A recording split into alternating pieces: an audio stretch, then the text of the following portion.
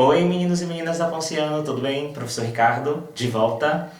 As aulas online aí, a gente passou uns dias afastados, mas estamos de volta, o ano letivo continua, firme e forte, setembro amarelo, a vida prevalece. Sem muita conversa, vamos voltar a estudar. Bem, a gente tem vindo do último conteúdo, vocês estiveram aí remotamente sem a videoaula, e agora a gente vem em continuação daquela última aula gravada que foi a Guerra Fria.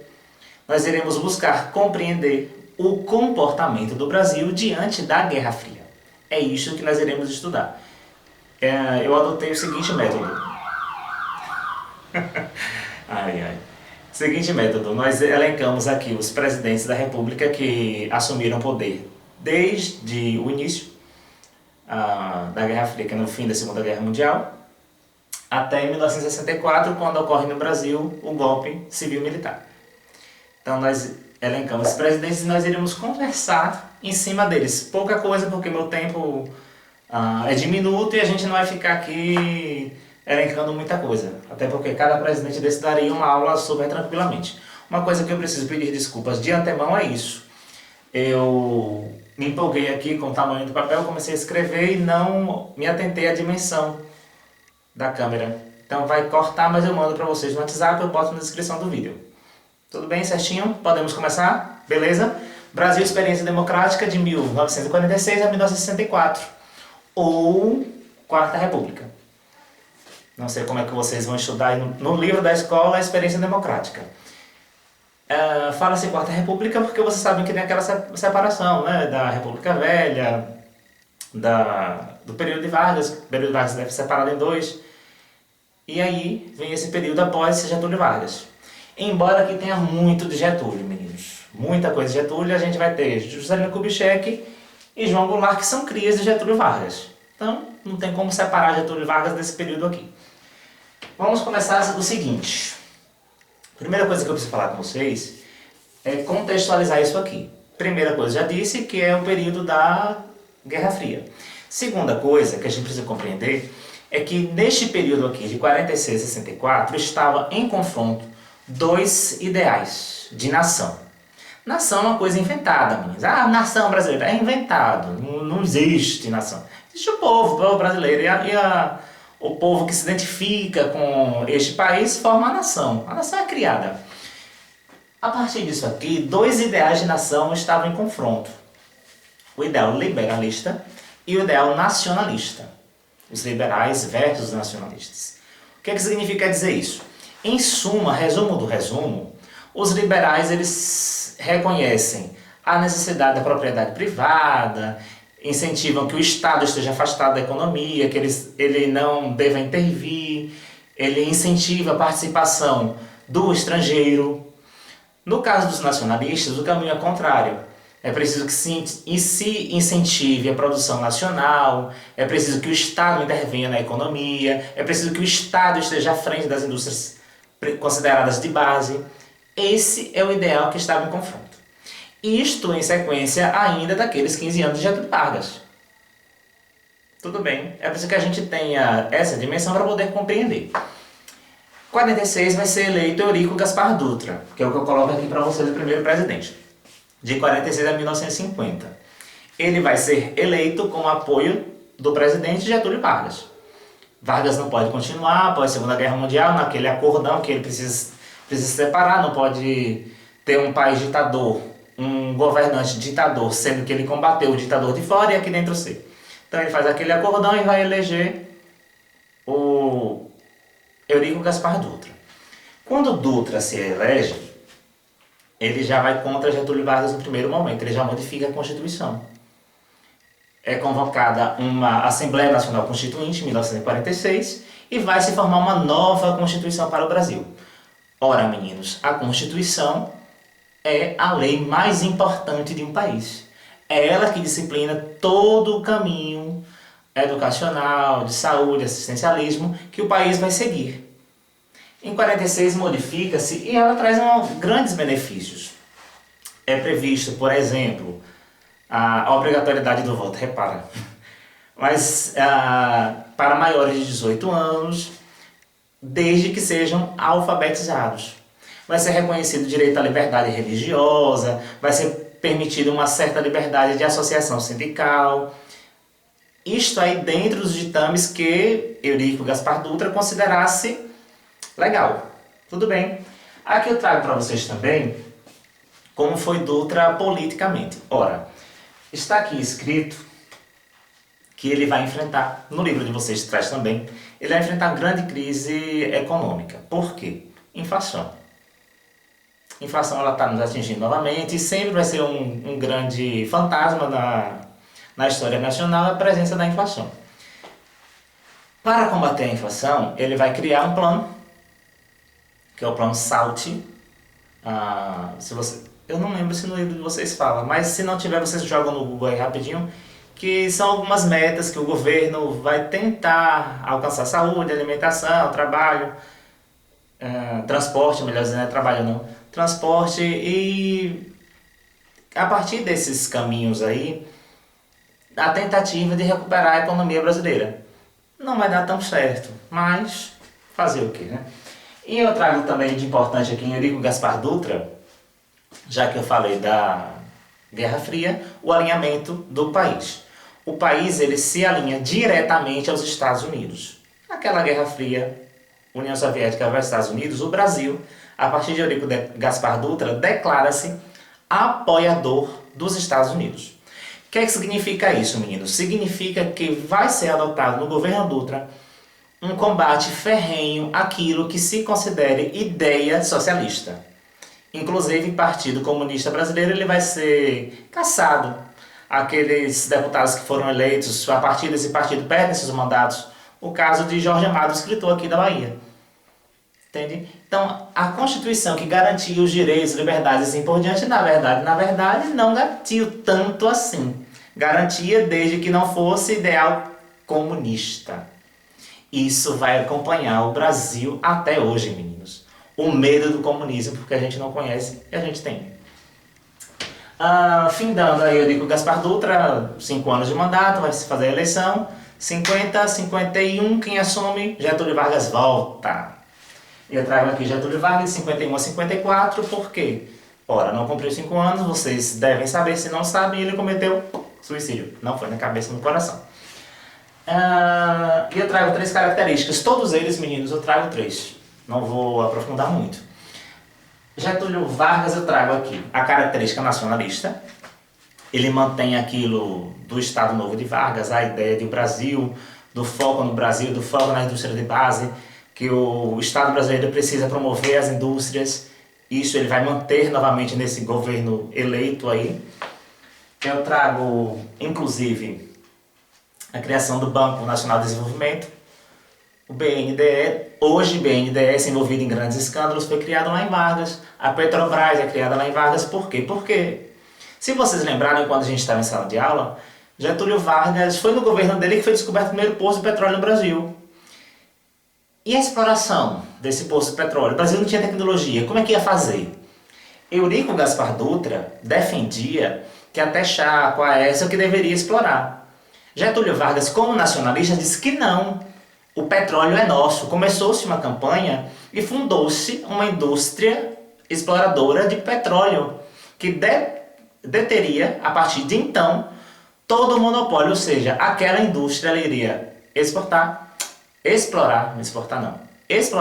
refinar, transportar através dos mares com autorização do Estado. A Petrobras, também envolvida em escândalos recentes. Chega a ser vergonhoso uma empresa tão que historicamente beneficiou o país envolvida nisso. Isso a partir do nacionalismo. Porém, meninos, eu coloco aqui as crises enfrentadas pelo governo de Getúlio Vargas. Se vocês lembrarem, quando a gente viu Vargas, Vargas é tido como o pai dos pobres, como o grande defensor dos trabalhadores. A CLT, inclusive, é fruto do governo de Getúlio Vargas. Porém, nesse segundo governo de Vargas, ele vai enfrentar uma situação diferente. O país vem enfrentando a inflação, como eu já disse a vocês, o poderio do salário mínimo, ele não corresponde ao preço. Então, diminui-se a possibilidade que o trabalhador tenha de adquirir produtos. E isso vai levar a greves, a passeatas, a movimentos, a panelaços na rua. Inclusive chamando Getúlio Vargas de traidor. Você imagine, quem era tido como o pai dos pobres, como o pai dos trabalhadores, dos direitos, agora ser chamado de trabalhador. Ou de traidor.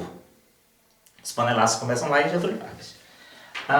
Eu trago para vocês também essa questão do liberalismo versus nacionalismo, que eu já falei, a UDN de Carlos Lacerda em cima, criticando Getúlio Vargas o tempo todo, a imprensa o tempo todo criticando Getúlio Vargas.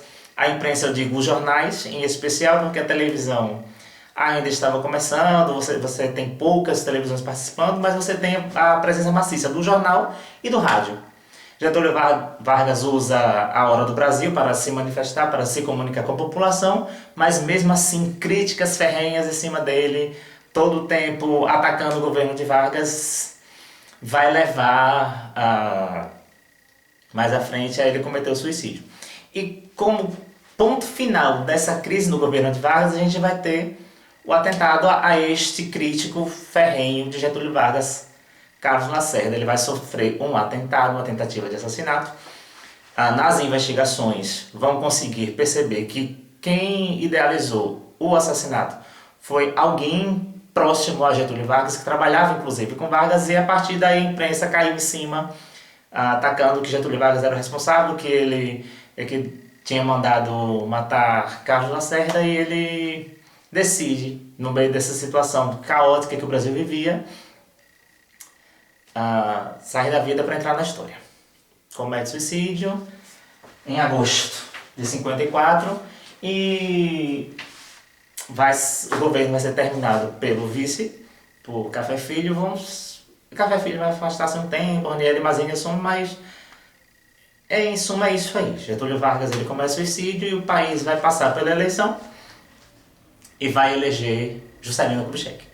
Juscelino Kubitschek ele é cria de Getúlio Vargas, como eu já disse a vocês. Ele representa também o nacionalismo. Juscelino Kubitschek é a palavra, embora ele seja nacionalista, desenvolvimentista. Nacionalista a gente emprega diretamente a Vargas, viu, meninos? Para ficar bem claro. Ele é desenvolvimentista por quê? Porque o lema da campanha dele foi 50 anos serem desenvolvidos em 5 de governo. 50 anos em 5, ele vai estabelecer um plano de metas. Esse plano de metas tem ações pontuais para desenvolver o país, Brasil. Ações desde alimentação, educação, energia, indústria, transporte, até a construção de uma nova capital. Que não era uma ideia nova, já vinha desde há muito tempo, da Primeira República já se tinha essa vontade de ter uma capital nova, mas é Juscelino Kubitschek que vai fazer com que isso se efetive.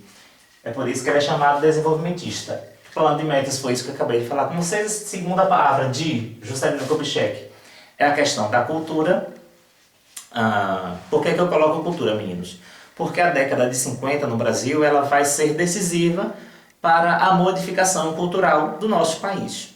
Desde a chegada da televisão, lá em Eurico Gaspar Dutra, TV Tupi, 1950, até o período de Juscelino Kubitschek. As transmissões do jogo de futebol, em 58, a Copa do Mundo, o surgimento de um novo estilo musical, a Bossa Nova, o cinema ele vai ser modificado por um baiano, Glauber Rocha. O cinema brasileiro, a partir dessa década, ele vai deixar de imitar tanto o cinema americano e ele passa a retratar a realidade brasileira. O teatro passa a se modificar porque ele deixa de copiar aquilo que vem da Broadway e passa a retratar a vida do brasileiro. Então é por isso que é tão importante essa cultura ser destacada aqui. E eu coloco os resultados.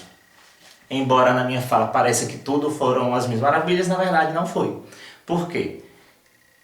Embora a gente viva até hoje Brasília lá como resultado, porém é a partir daqui que o Brasil se envolve em grandes dívidas com o FMI, porque tantas construções precisavam evidentemente de financiamento. Esse financiamento veio do estrangeiro. O Brasil passou a ser grande devedor aqui no período de Juscelino Kubitschek. Além do mais, acentuou-se a disparidade regional, porque embora tenha sido incentivado muitas indústrias a virem instalar-se aqui, no Grande ABC Paulista, por exemplo, no Rio de Janeiro, porém, Nordeste e Norte não teve esse desenvolvimento todo, o que acentuou a disparidade regional do país, um país continental como o nosso. Houve grande êxodo para a região urbana, é o que a gente chama de... fugiu o nome. Migração, é o que a gente chama de migração, quando o habitante de uma região vai para outra. Houve muito disso aqui, os famosos candangos que trabalhavam dia e noite para construir Brasília. E a gente termina Juscelino Kubitschek e vamos agora para Jânio Quadros. Ora, Jânio Quadros, presidente de 7 meses. Ele se elegeu com um lemazinho aí, varre, varre, vassourinha, tema moralista, 1961. Tenho 3 palavras aqui para ele. Ora, embora 7 meses, meninos, é importante que a gente destaque alguma coisa em Jânio Quadros. Primeiro, discurso moralista. Meninos, um minutinho para poder começar com vocês. Quando o Jânio Quadros ele propõe o moralismo aí como política, é preciso que a gente consiga compreender o seguinte. Quando eu falo de coisa pública, república, isso eu já disse a vocês e repito, a coisa pública, ela não é individual. O que eu faço na minha casa, na minha vida privada é uma coisa. O que eu faço para o público é outra. Eu, como político, minha postura política é outra. Jânio Quadros, infelizmente, confundiu. Ele misturou as coisas. O que é ato de vida privada e o que é ato de vida pública. O homem público precisa compreender o que é probidade, o que é moralidade, o que é corrupção, para que ele não cometa, ele não infrinja a moralidade, para que ele não cometa a corrupção.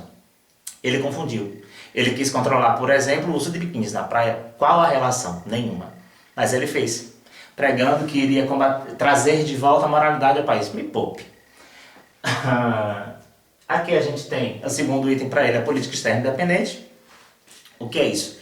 Vê, como eu já disse a vocês, estamos falando do período de Guerra Fria. Uma decisão entre Estados Unidos ou União Soviética. Jânio Quadros decidiu que o Brasil não iria apoiar nenhum dos dois. Iria apoiar todo mundo e acabou. Cada um que siga a sua vida. Inclusive ele criticou publicamente quando os Estados Unidos foi invadir Cuba. Tudo bem? Então ele demonstrava aí para todo mundo que ele não estava apoiando nem um lado nem o outro.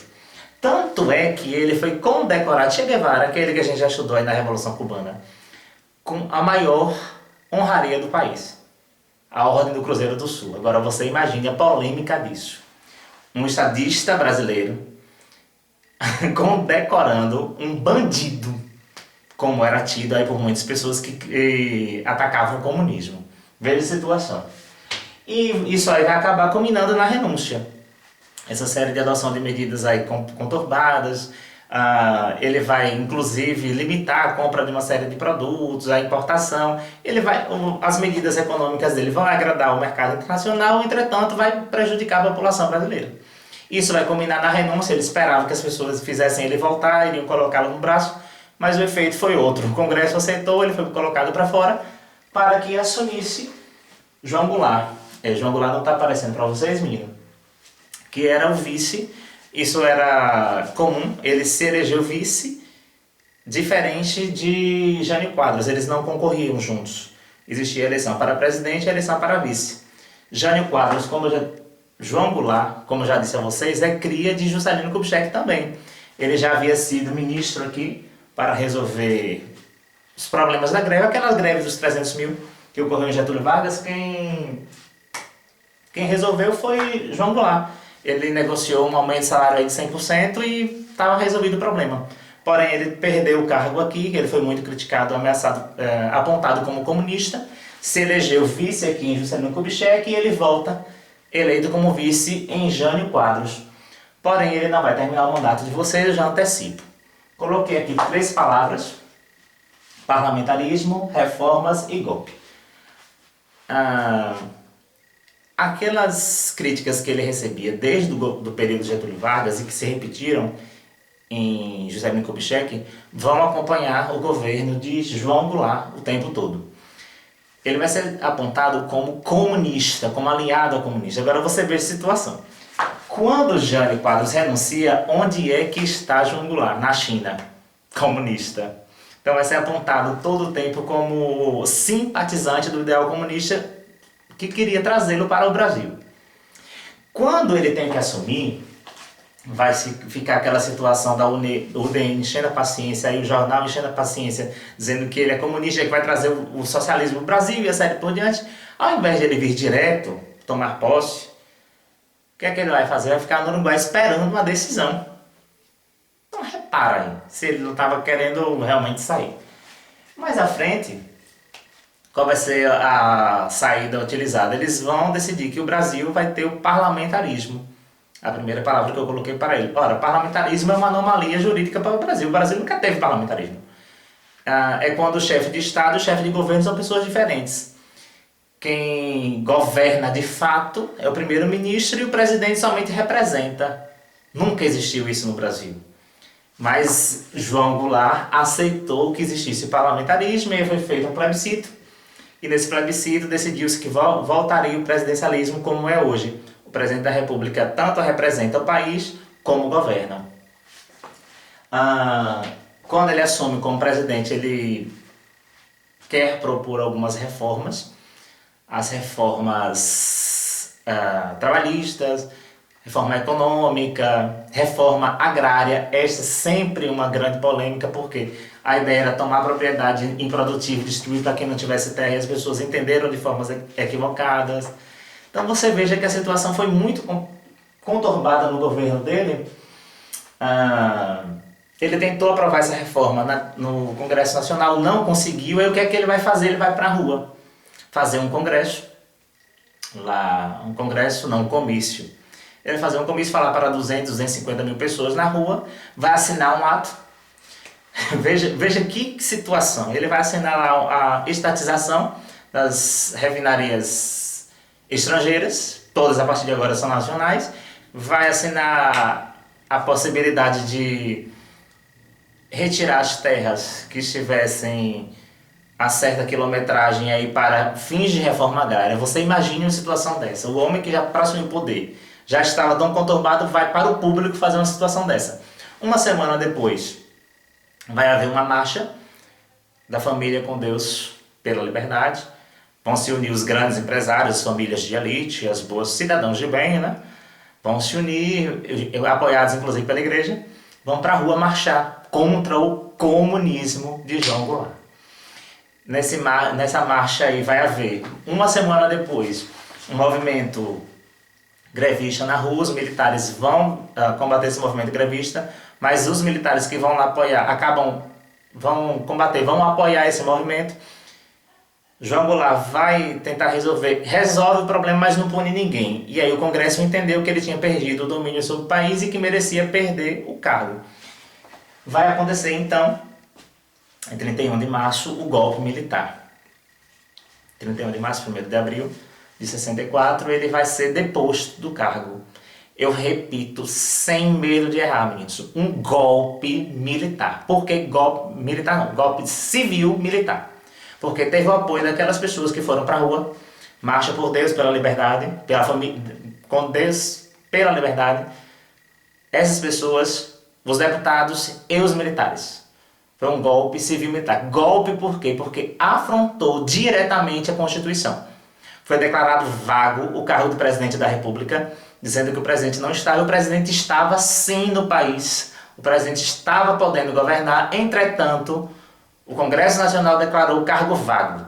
E a partir daquele momento o Brasil deixa de viver essa experiência democrática e viver a Quinta República, que é o período da ditadura civil-militar, que é a nossa próxima aula. No mais, um cheiro e um queijo. Façam a leitura do capítulo e as atividades a gente passa para vocês via online. Tudo bem? Até a próxima.